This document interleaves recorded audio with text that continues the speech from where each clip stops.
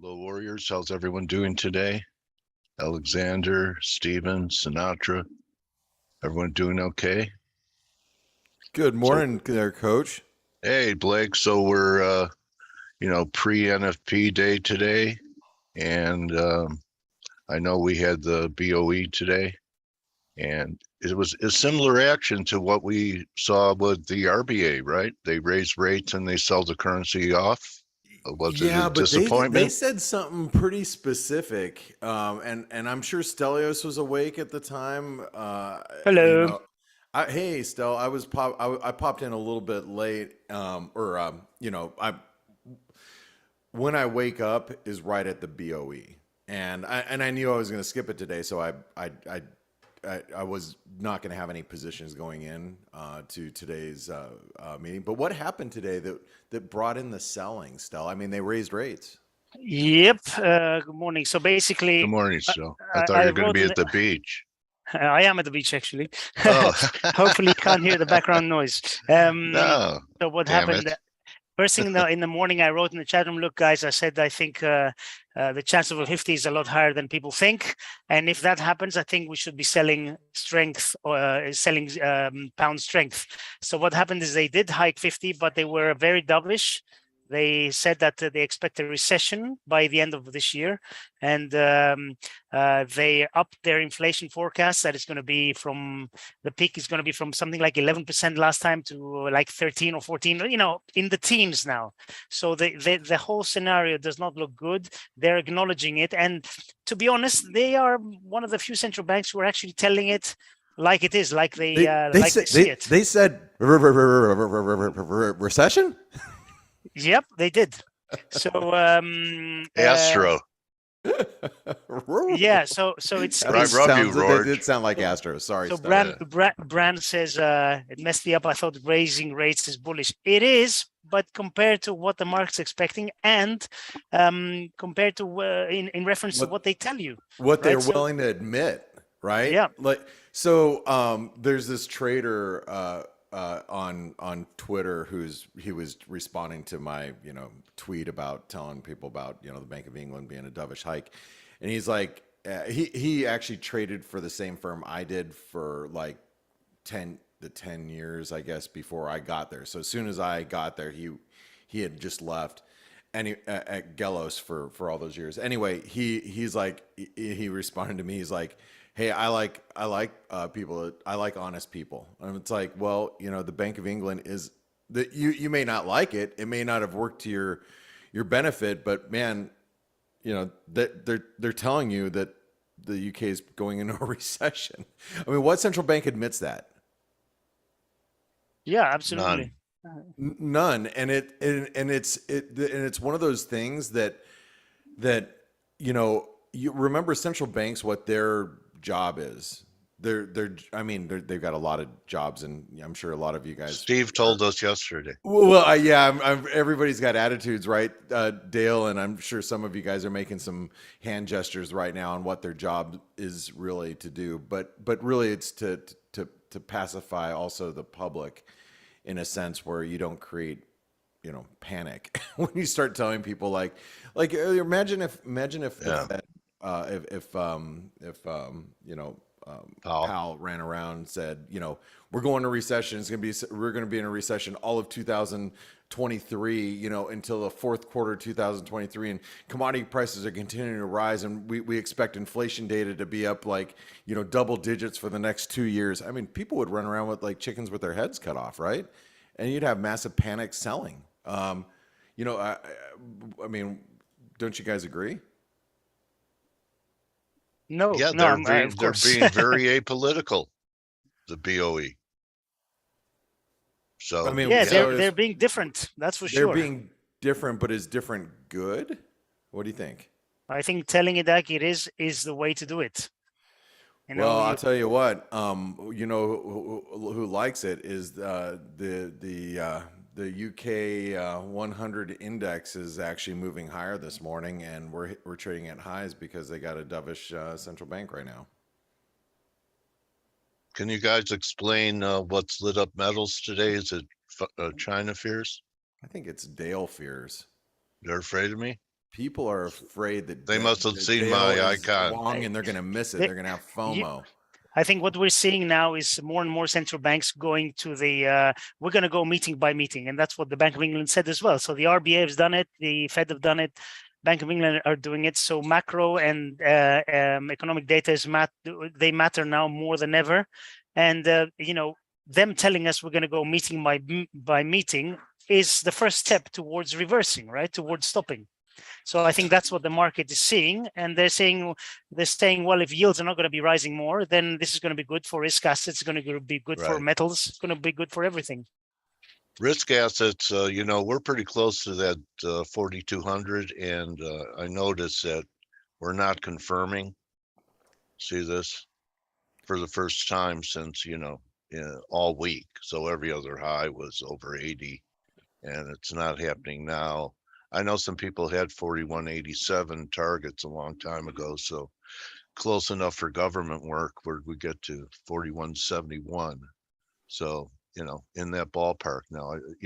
I'm not saying that we're going to have a crash, but we're certainly due for something like this, a pullback here into maybe 3,900 for a week or so. Maybe the employment number is a big deal. Like, I think the market's not going to like a stronger than expected number.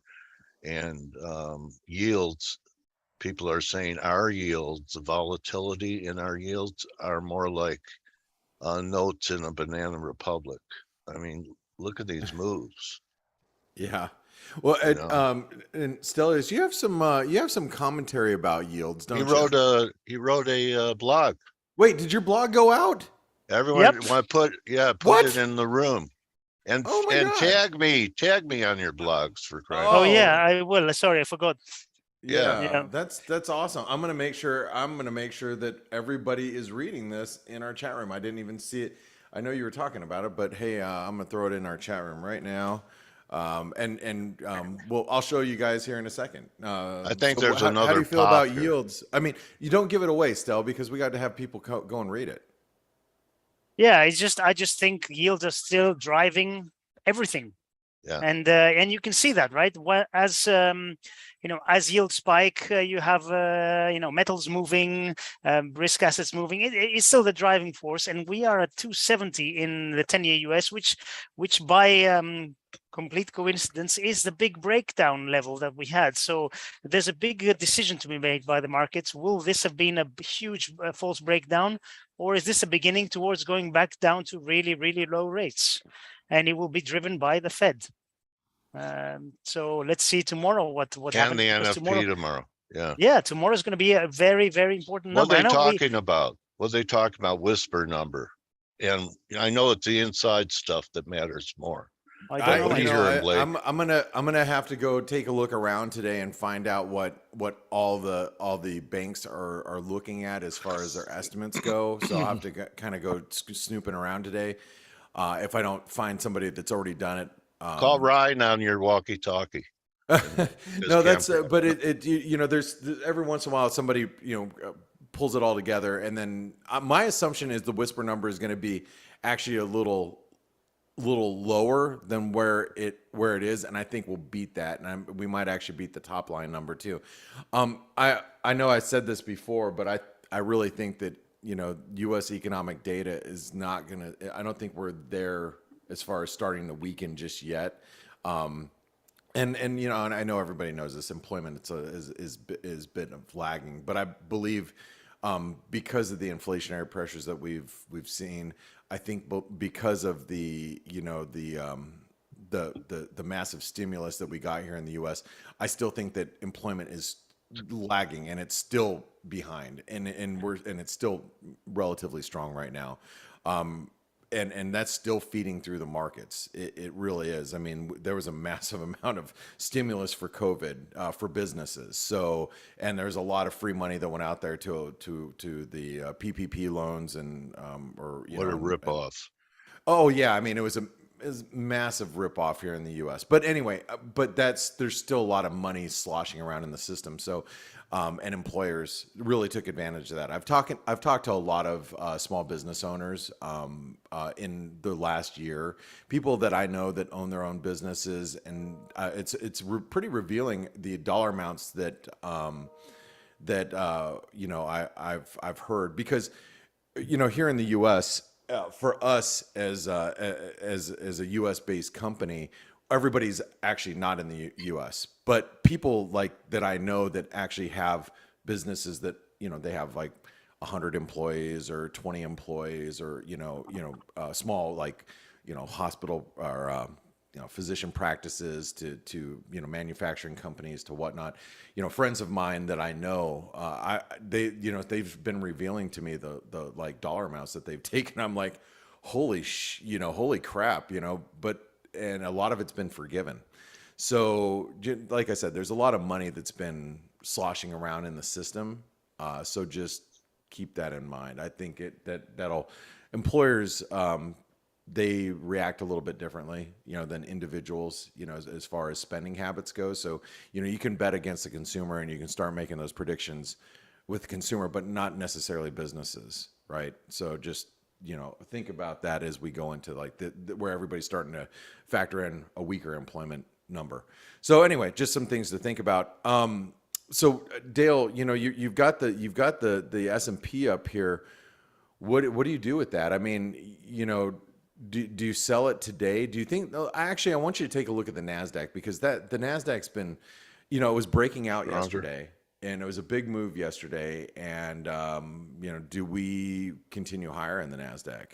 No, I think we're like within 24 hours either side of the NFP for a correction, and no more if it gets good news. Then another. Can I show you the chart that I'm looking at? Sure. Real quick here in the Nasdaq, I want to show this to you, because I think this is really important. I think you might have something to say about this. If you here, let's grab the this is the Nasdaq 100. You see the descending trend line from the this is basically the all-time highs right here. Yeah. And you can take that descending trend line. It also intersects with a 38% retracement off of the lows. I was having this discussion with Chris Weston from Pepperstone Securities last night when we were filming the trade-off. And he's really bullish Nasdaq. He's bullish on this breakout. See this green line here. He's like, hey, we're breaking out, and I'm like, yeah, I see that, but we're also at a 38% retracement. Also, this descending trend line. So I'm going to need a little bit more convincing. And if you're watching the U-turn right now in the S&Ps, you're watching the yen start to really firm up. And you're watching some of these commodity currencies are starting to show some signs of weakness, like the Aussie dollar. These are the canaries in the coal mine. I was just telling Lucas in the chat room, I'm like, look, I'm going to talk about a little bit of the canaries here. You got the Aussie dollar really rejecting the underside of this trend line, 618 retracement. You've got US dollar Norwegian krona that's holding its bid. It's consolidating, but when you have stocks that are rallying but commodity currencies stop, you got to start taking note, right? And so that's what automatically triggers me to start looking around. Markets are a lot like dominoes, especially when you're dealing with intermarket relationships. So when you have one thing happening, you automatically have to go, oh shit, I need to go. Oh, excuse my language. You have to automatically go start looking at different things that might be developing as well. And might have a reversal candle developing right here. So, those are things to pay attention to. And, you got to go for it with a stop. That's all. Well, yeah, like you got the dollar yen that's, starting to weaken here. I mean, we start getting below, 133, this is the underside of this broken trend line, this big channel. That channel had us, pretty much in check for like what, 6 months? 3 months, 6 months. And when Grega was on talking about 34 and a half, saw these two 50 and 200 day intersecting right at the number. Oh, on the dollar yen? Yeah. Well, he happens to be here today. So Grega, hey, you still have any thoughts on the yen here? Went right to the number, Grega. Hey. Hey. I think that this dollar yen is a little bit sharp. I mean, maybe there is even room for 135, 136. I'm not sure what is your moving average Okay. here in the red. I think it's maybe 100, 200. This is a 200-day. This is a 200 period moving average, but I'm on a 4 hour. So, if you want me to take it to a daily, there we are. We are light years away from the 200-day moving average. You guys know the rubber band effect. When you get this far away from a 200-day moving average, you got to be really, really careful. But anyway, go ahead. Yeah, so I think eventually that we could consolidate a little bit further before eventually we find the resistance, but I think that we will. Okay. Hey, I was gonna mention really quick, Grega. You know, we're looking at like a lot of the reversals in the market. Do you ever look at because I do all the time whenever trading the yen, you automatically should be looking at the Nikkei. And what you'll notice is this, the Nikkei can't break out. You got other stocks that are, that are breaking higher, but look at the Nikkei index. I mean, that's a warning right here. Like, oh, you're short yen. Well, if you're short yen, then that means the Nikkei should be rallying, and it's not, and we're stuck here. So do you look at that too? I mean, yeah, sure. I look at Nikkei a lot, but I think that because there's a lot of story around the US dollar, I think that when looking at Nikkei, it's much easier to trade maybe yen crosses to avoid dollar yen. Maybe Aussie yen, Euro yen, those pairs could trigger more upside, especially if the US dollar will be sold. Well, speaking of which, like, look at the Aussie yen. What a rejection at the 618 retracement. The Euro yen. Here, let me just go ahead and do this really quick. By the way, this is Stelios's blog. If you have not read this, make sure you get to that today. Oh, I hit sign up. I meant to hit login. Hold on. Sorry. Let me get over to ForexAnalytix. If you're looking at ForexAnalytix, I want you to go take a look at some of these yen pairs and the analysis. Like a very strong bounce today. This is from yesterday.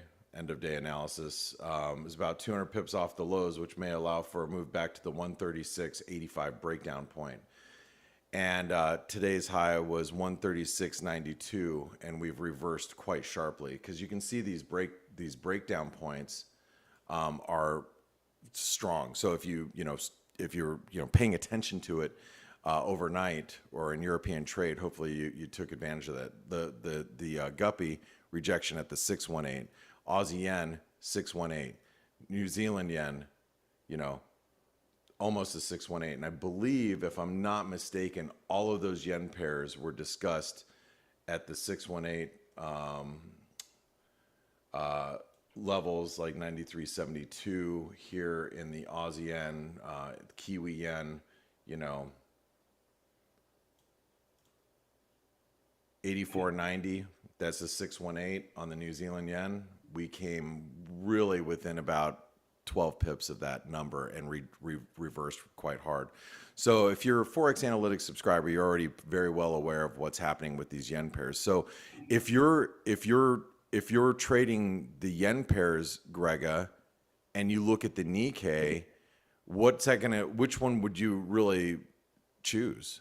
I mean, if Nikkei is going to break higher, I think, and if the US stock market remains as it is, I would focus on Aussie yen.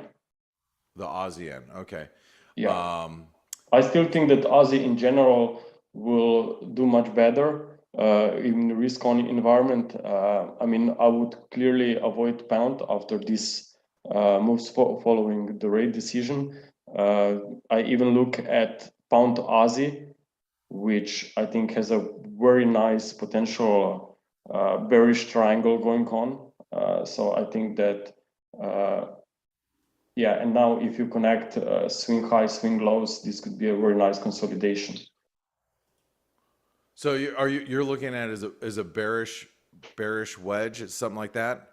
Yeah, okay. Exactly. So overall, I think that Aussie is, in my opinion, still the best potential trade, what I'm looking at.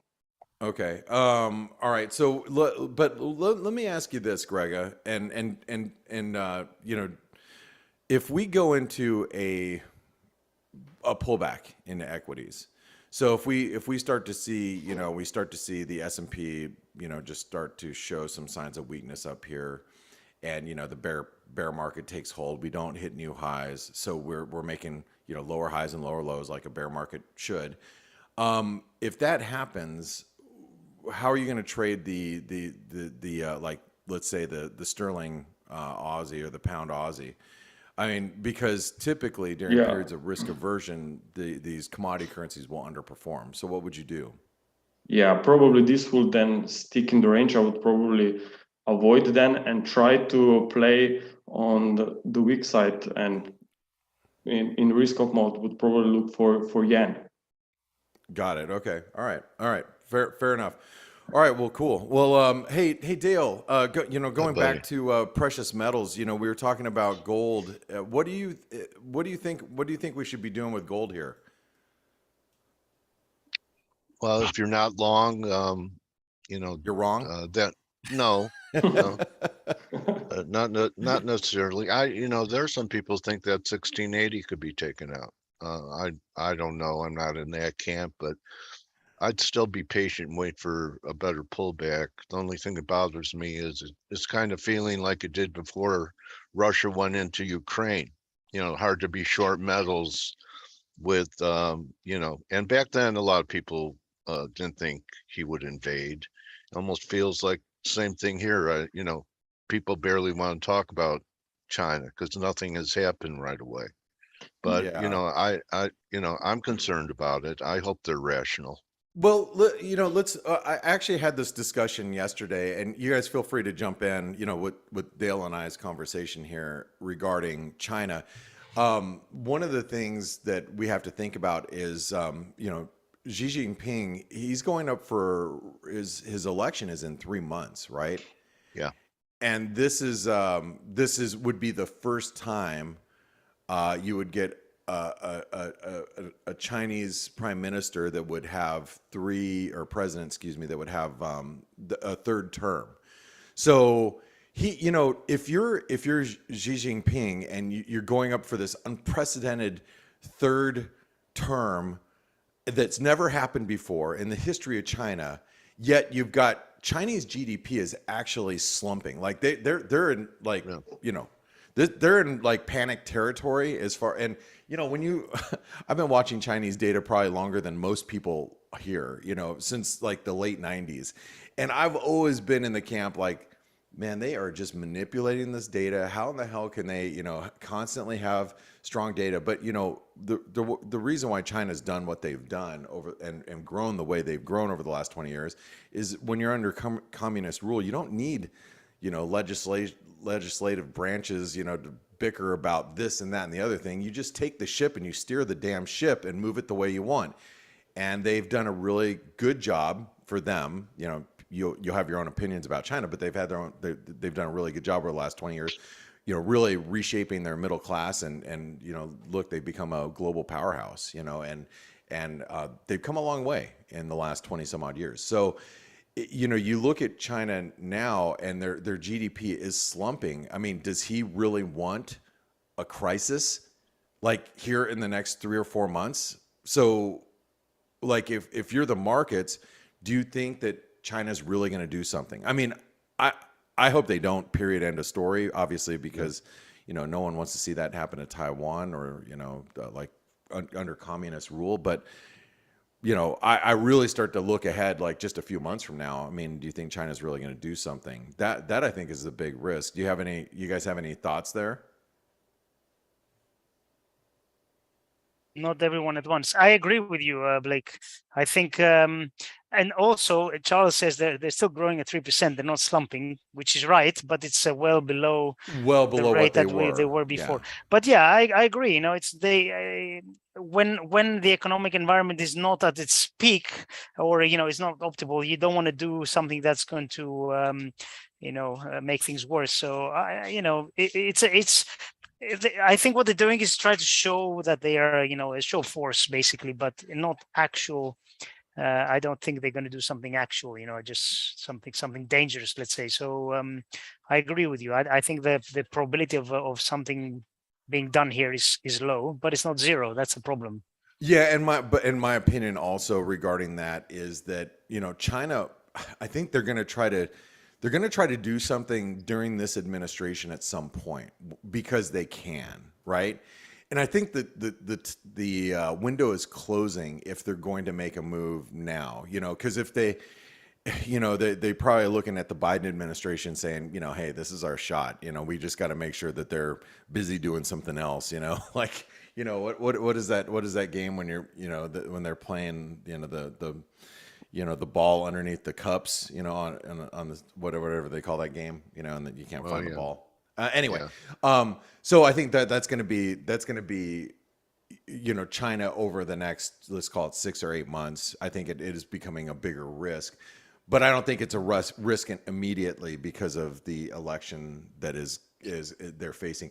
One of the other things that we do have to think about, I think, as traders is, how much disruption from supply chains are we going to see coming out of Taiwan? And I know you might not think that that Taiwan, is that big of a deal, but they do produce a lot of goods, and they've had to reroute shipping routes and stuff because of these massive military drills that China's doing around the island too. So that's something that I think that's what is it's not really going to affect us. Like, I think most of us as traders, it'll probably affect some individual stocks at this point. But anyway, so just some food for thought. Shoot, we only have just a couple minutes. And I just realized Steve hasn't even said anything. Steve, do you have anything to say?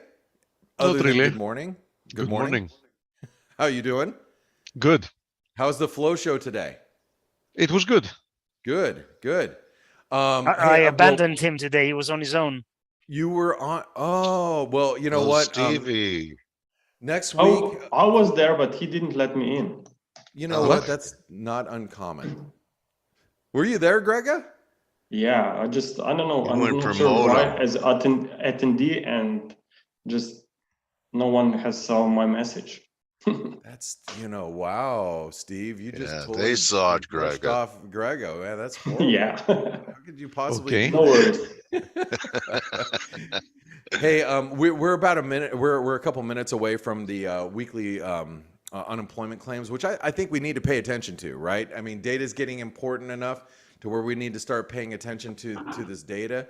This weekly data, we'll take a look at it as it's coming out. I think we should probably be paying attention to, what's happening in equities here. We have the S&P hit, if you look at here's the 4-hour chart here, you can see, as we brush new highs, relative strength is kind of divergent. That doesn't mean it's a sell signal, but, as we drew out yesterday here, and I'll draw this out, is we still have a, bull flag that's developing, and we're still building it. Which, by the way, if the bull flag decides it wants to play out, it plays out to the 200-day moving average. Whoops, let me go ahead and towards the channel top. So you can see if the bulls really continue to take hold, and that would be something I'd be paying attention to tomorrow. Obviously, weaker data. If we have a jobs data like jobs data that softens, but it's not completely imploding, I think that's a good. Chris Weston used the term last night, Goldilocks. That's a Goldilocks scenario for the markets, right? You got data that's not super weak, but it's weak enough to where the Fed's like, hey, the economy's starting to slow. You know what I mean? That's gonna keep them on more of a dovish path. So that's something that we should be paying attention to. But I personally, I think the S&P is at risk of rolling over. You don't want to be bearish while we're below 4080, but I mean, excuse me, you don't want to be you don't want to be bearish until we get below this flag support at 4080. But I think if we get below that, you're going to see some selling, seep into the markets. I think that's what we should be paying attention to. All right, we have data coming out in how long, Stel? About 40 seconds. All right, let's go ahead and go to ForexAnalytix. Here's your live squawk feed. By the way, you can keep track on headlines as they come out right through here, so you don't have to go searching for it in internet la land. But go over to calendar and you can open the data flash. Let's go ahead and pull that over here and pull up the charts. We'll pull up the we have the S&P, and we'll have the yen, because the yen's going to be more sensitive to this this data. Let me go ahead and reset that. Here's your 15-minute And chart for Katie's dollar with us yen. today. Who? Katie. I love Katie Stockton. She's awesome. So make sure you guys and gals stick around today, because you're probably one of the better technicians you're going to meet out there. So data is out, and oh no, we haven't seen the jobs claims come out. The trade balance is out, a little better than expected. You guys see the jobless claims anywhere, or am I missing them? Oh, there they are. They're there. A little weaker than 260. expected. So I think this is a trend that we're going to continue to see. It's not like our data is going to implode. You're just going to see it soften, and that's going to keep the Fed more in that, like everybody's going to be on their toes looking for a possible pivot, whether that comes, here or there. I think that's what the market is, just queuing in on. But yeah, you can see those jobless claims a little bit worse than expected, but not too far off. So not much market move. We're going to be waiting for the NFP tomorrow. So Stel, do you have anything you'd like to mention before you go? No frickin' problem. I would just like to say I really like Katie. I'm a big fan. That's there all you he go. wants Then to say. I have a feeling You know, Stelios will be sticking around for this next interview. How about you, Steve? Anything you've got going on? Yeah. That you wanted to mention? Not really. I shared everything on the Flow Show. Any How bear about you? flags We're sleeping around, man? during the Flow Show. I was sleeping. It's 1 o'clock in the morning for me, so I couldn't, Oh, it's because you're a lazy bastard. That's why. You see any bear flags around, Steve, on the beach? On A the flag beach. with a bear on it? I'm not on the beach, mate. You're confusing. Oh, I thought you were with I Stel am. and yeah. Okay. No, mate. I'm not with Stelios. Oh, all right. Okay. All right. Well, how about Grega before we let you take over with Katie? Yeah, Grega, you have anything that you want to mention? Yeah, I'm looking at gold, and just with this new high here just now, we have seen, we can count 5 waves up from that July lows very nicely. Oh, So- let's go over to your Elliott wave count here on ForexAnalytix. Is this what you're looking at? Yeah, I was looking higher for a wave 5, and this wave 5 has just reached or spiked above wave 3, meaning that we can count 5 waves up from the lows, and that's the most important structure whenever we are trying to define a changing trend. So in my opinion, we will see more upside after retracements. All right. Well, then you guys want to be buying dips in gold, because right now we did reject that 1790 level. Maybe following the jobs data tomorrow, you might get that. So Yeah, where would you buy a pullback, Grega? 1750, that's the support is at the former wave 4.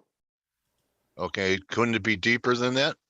Yeah, sure. Next one is 1730, 40 around Okay. there.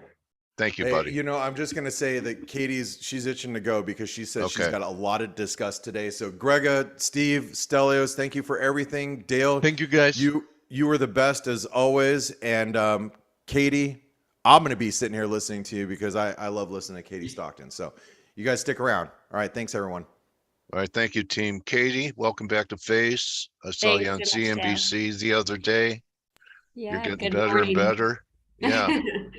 Well, July was definitely a tough month. We've had such a persistent bear market that relief rally definitely caught me off guard.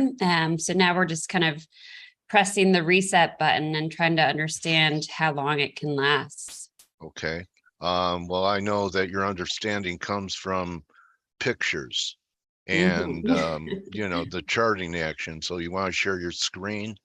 Picture speaks 1,000 words. I know we try and describe it, but okay. So we had that low right before the solstice in June. That's right. And now don't you think we're at a battleground area here between, at 4,200? Yeah. So listen, there's so many resistance levels we could use as a point of reference. Yeah. This is a weekly bar chart of the S&P 500, and it shows the magnitude of the relief rally. You can see here. Yeah. Here was our sort of last oversold extreme, and now it still is supported by these stochastics, which is really Yeah. what we're primarily watching now to get a sell signal. And we do think that sell signal will happen fairly soon, within 3 to 4 weeks. And that will be our opportunity to reduce and avoid the next down leg to this bear market cycle. In terms of levels, I almost feel like, I mean, we should definitely be paying attention to levels for the S&P 500 and the major indices. Sometimes the exercise can be somewhat futile from a bottom-up perspective. I've got a lot of people asking, about levels on individual stocks. And I sense that because the market's still so top-down in its orientation, that we'll see pretty much everything top around the same day. So I'm not getting terribly caught up in the levels, really more adherent to the indicators and letting them guide us. But for the S&P 500, we've been vocal about this 4270 level, which you can see is the lower boundary of the cloud. The cloud is defining the downtrend that is, in place as of this year. And it shows it to be going down all the way through about mid-February, looking at a few months. So we are making the assumption that the downtrend will keep its hold. It doesn't need to be right at 4270, of course, where this relief rally peaks. But that is definitely a hurdle on the chart in our work. 4200 was an old Fibonacci retracement level that you can see, and also a former support level. So there's just a lot of overhang here, I think, for the market in terms of potential supply. And we'd be very, very sensitive to any downturns. Okay, what would change your mind that perhaps the bear market's over and there's a shot for new highs? Yeah, and this really comes from the longer term indicators. We want to see something more out of them in the way of, improved long-term momentum, a retest type of process, some kind of retest of support, and that would also manifest itself in these monthly stochastics that you can see here. So what we've noticed is the indicators are really at their worst since 2008. It doesn't mean we have to see that kind of downdraft, but it does tell us that this is more likely not just a correction, but rather a bear market cycle. And as you know, those tend to last more than 7 months or so, which is where we are right now.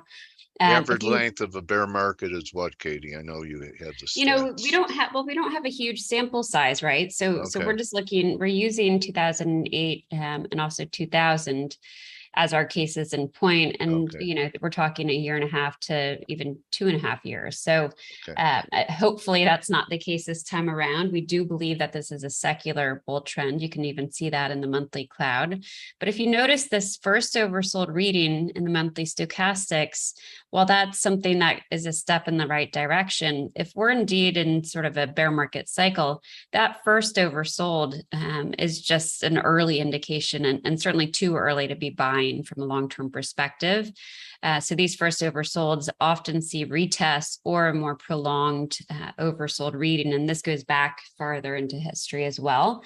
So we see the oversold. We're not that encouraged by it. We think it's just one step in the right direction. And where it would be more impactful is if we actually see long-term momentum tick up meaningfully. And so this MACD histogram here. Yeah, notice how in 2009, you just started to see it consistently narrow, right? So it's a converging MACD indicator. And back here too, it's like we want to see more of a process, a bottoming process that will lead to the improvement in those indicators. Now, we're not ones to fight an uptrend. So if we do see breakouts and we do see the improved intermediate term momentum, just kind of stick with the market, well, then, we'll stick with the market too. But for now, it seems like we have an intermediate term low, not a long-term low. Okay, so maybe, cyclical against secular, but secular bull market is what you showed on the monthly. I'm curious as to whether you think yields in the bond market after this real nice rally, I think we touched on them last time we were together, and you felt they had some more downside left, but you were starting to pay attention to them. Is the bond market reinforcing your bearish view on the market, that it's not going to be really rates that take the market down this time? It's going to be recession fears and earnings per share contracting in the third quarter? I think the charts aren't going to answer why something's happening, unfortunately. So I'm never the best person to answer, Okay. the macro Well- sort of influences. But when I look at Treasury yields, I think I'm a little out of consensus on this too. I feel that we don't have a major peak in place, but rather just sort of an intermediate term high. And it came at a very natural place. This is the 10-year Treasury yield on a monthly. It came right around that 3.25 resistance level. So that resistance is still intact. It's roughly in here from the 2018 high. So that was a natural place to see consolidation. And if you know the DeMark indicators, you'll know that these nines mean 4 bars of consolidation. So we're in bar 2 of that consolidation. So our call has been for some counter trend action, which is what we're seeing in 10-year Treasury yields for another couple of months, after which we believe that the longer term uptrend that asserted itself in 2021 will resume. And we think it will resume as opposed to reverse like we saw back in here. The reason for that is we saw a breakout from a multi-decade downtrend channel in yield terms. So this uptrend is far more significant in our work than this uptrend was, because it cleared this kind of trend channel that had been in place for so long. So we think that we've seen sort of a major reversal here from a long-term perspective. And with that in mind, we'll assume that it's going to ultimately reassert itself, the uptrend. Could you see it near term having problems at 3% and maybe we're going to pull back to 220 and then blast to new yield highs? Yeah, so those are definitely levels that are somewhat important short term. If you see the daily cloud, we're watching this as a short term overhang. That's between about 305 and 310. And then there's an important Fibonacci retracement level at around 228. There's a lesser one that we've been focused on of 259, which we think is serving as the staging ground for this minor recovery here with a minor DeMark signal as well. So we're looking for basically more kind of backing and filling around this, or probably just sub 3%. More of a neutral bias, which is always the most frustrating bias to have, because people want you to assert like a strong directional bias, but in reality, I think it's going to be more choppy sideways. Could you have a strong directional bias in the dollar and precious metals? Yeah, so the dollar obviously has been in a very well-defined uptrend, and its pullback, it was pretty orderly. If you look at the dollar index, it came right into its 50-day moving average again, and seems to have reacted already to the short-term oversold reading there. It's a very clean kind of picture, very similar to what we saw here. So we're assuming that the dollar uptrend will keep hold, but there are some indications that it should kind of moderate a little bit. The steepness of the uptrend is unlikely to stay that way. We're just seeing some early indications from an overbought, oversold perspective. And there was some resistance around 109 that to us was a natural place for this to happen. So under 105 would not be a good sign, would it? The cloud actually is a little bit more forgiving than the 50-day. So I would say as long as it can kind of hold the cloud does rise to about 105.30 when you get out to mid-August. So that is a level going forward, but right now it's a little bit more forgiving than that. And as long as that cloud is intact, I would assume that the year-to-date uptrend is intact as well. For so gold, you think there's a higher probability that the trend's intact and we could make a new high in the dollar? Yeah, ultimately, I don't think a new high is imminent, but yes, I think we should assume that this uptrend's in force and intact. And the euro discovered support right around parity, right? So it was a very natural place for that pivot to happen, but it just isn't really showing any long-term signs of upside exhaustion. And of course, gold, it got very deeply oversold, as the dollar had rallied, and came into some key support. And this is a longer term level. I was interested in what you guys were saying earlier. It feels like a very significant relief rally. off of this long-term support, which is roughly 1675. You can see it best also in the monthly chart. It's a Fibonacci retracement level. And then notice also it's come into that monthly cloud. So it's pretty interesting as it comes off of that level. Listen, I don't think that we're going to see it run away from us, but I'd say that the bias within that trend channel is higher, noting that we're seeing that reaction to an intermediate term oversold condition. And we think that it would be a natural place for gold to start outperforming again fairly soon versus the equity market. So it's had defensive properties, as you know, year to date. This is gold divided by the S&P 500. And if you see this relative strength ratio and its 200-day moving average, it does suggest that this corrective phase will ultimately give way to a little bit more of that kind of flight to safety into gold. Even if it's not imminent, it does seem like it will ultimately happen. Do you pay attention to the gold silver ratio? Because that had a very big week last week with silver showing relative strength over gold and took it down. Yeah, I don't track it super closely. Okay. But listen, like all of this will help us understand risk on, risk off is my takeaway. If I had to choose between silver and gold, I would go with gold. And yet, if you look at silver, what we think is interesting here are the DeMark signals. So silver actually has a buy signal that's active on the weekly DeMark work. And this is the generic contract. And then notice also the ratio versus the S&P 500 has a DeMark signal. So a short-term counter trend signal that we last saw in December. So we are looking again there for some rotation into these precious metals. But we have a bit of like a new theory that we've just put out there in our research as of this week about commodity prices more broadly. You remember the old CRB index? Well, yes. We're still watching that one. And if you look on a monthly chart, I'll pull it up here.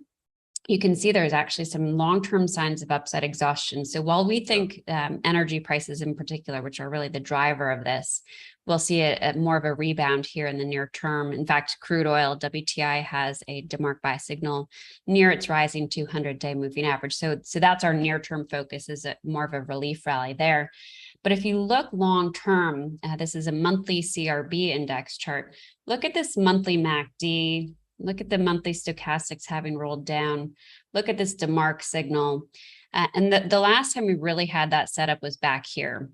So early 2011. So I suspect that what we'll see is with the energy complex, at least, is that we'll probably see a lower high versus the recent highs, and that will become a selling opportunity, and that there's risk that we get into more of a prolonged kind of corrective phase there. We've been very bullish on energy, especially in relative strength terms all year. We have our ETF, and the ETF only has sector exposure to energy and utilities, but we suspect that energy will ultimately lose its upside momentum. Okay. So energy is in a void, and any attractive areas? What do you think about biotech in this environment? Any view on that? Yeah, and to be clear, I mean, energy would stay long right now. So short term, stay long. Yeah, short term bullish, but longer term showing signs of exhaustion. In terms of looking for spots of strength, we always prefer areas of the market that are in long term uptrends. And we talked about energy. Utilities is really the only other sector that can be considered to be in a long term uptrend. And yet 2 out of 1,000, huh? I know there's really not many of those out there. Yeah. And it's frustrating because as a technician, it's against our better judgment typically to recommend anything that's really counter trend in nature. But we of course have demand for that from our subscribers, and we're watching the same things everyone else is. That the high growth arena is pretty deeply oversold. I mean, we have, I'll just show you PayPal as just a case in point. These higher growth sort of technology names have gotten deeply oversold, and they're starting to react to those oversold conditions. But I still think it's quite early. So we had some DeMark signals here in PayPal on a monthly basis. Here's your prolonged oversold and a minor uptick in the histogram. So there's some early indications there of a basing phase developing, but basing phase. So the long side are trades. Yeah. Just trades, right? And not positions. That's exactly right. So short term, you can take advantage of some breakouts as they unfold. But longer term, I think you have to trust that these basing phases are processes, and they often are characterized by retests of support that can be pretty hard, and even characterized by gaps down. We've seen that in some of the sort of high profile names, whether it's Snapchat or Roku, whatever it may be. We've seen a lot of these gaps that can be somewhat harrowing. But your point on biotech is a good one. I mean, it's one of those areas that does have those signs of long-term downside exhaustion, and it's even a bit farther along than some of the other more technology-oriented sort of high-growth arenas. So we have a long-term support level for XBI, a stochastic upturn, and month 3 of a contraction in that MACD histogram. So all of that's very promising. I think with biotech, you're probably going to be well served by being patient and letting the next pullback at least lend you a buying opportunity. Interestingly, the other area that we're seeing something like this is in China. And so it's difficult for me with my thought that the market's going to extend lower at some point here to recommend China, but I would suggest that this is potentially a long-term basing process that it's seeing as well. Yeah. This is FXI. You see it kind of came in here, stuck some support, had your oversold buy signal, and now it's getting into retest mode. And that's all sort of part and parcel to a normal basing phase. Well, they do have a central bank that's easing compared to central banks that are tightening around the world. Right. Could that be the difference? It certainly could be. And look at how oversold it is in relative terms to the US. So, and it feels like it's somewhat basing on that front as well. So we'll start to see some spots of relative strength unfold, and that relative strength can obviously indicate where we have the best opportunities coming out of this bear market cycle. Speaking of bear markets, are you seeing any kind of early encouraging signs in the cannabis space? Oh, we do track it closely. We actually. Why do people laugh when I bring that up? Cannabis. Well, Katie, come on. I'm glad you brought it up because we do. Oh, I knocked my bong over. Maybe that's why people laugh. Go ahead. We actually publish a monthly report focusing on. That's right.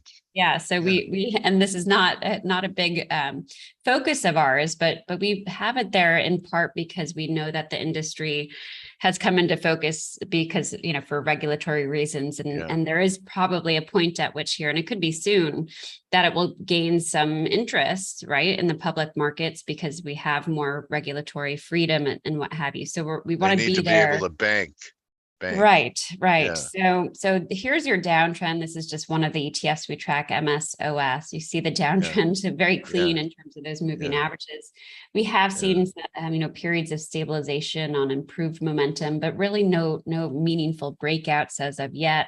We also like to follow the DeMark indicators here, and we don't have any major signs of downside exhaustion. Okay. So I would say, at best, we can say there's been a loss of long-term downside momentum in some cases, but it's falling short of confirming these DeMark signals that are starting to pop up. So I think here too, it's a bit early, especially in this weaker tape. But that eventually, as soon as we see some of these minor resistance levels cleared, that we want to take that opportunity for face value, because as soon as momentum kicks in, you can imagine, given such a high beta space, that there should be some real potential here for outperformance. So we're plenty watching. Of shorts to squeeze too, I bet. Right. We're watching and waiting for that, and we're ready for it. But for now, the research is a tad depressing.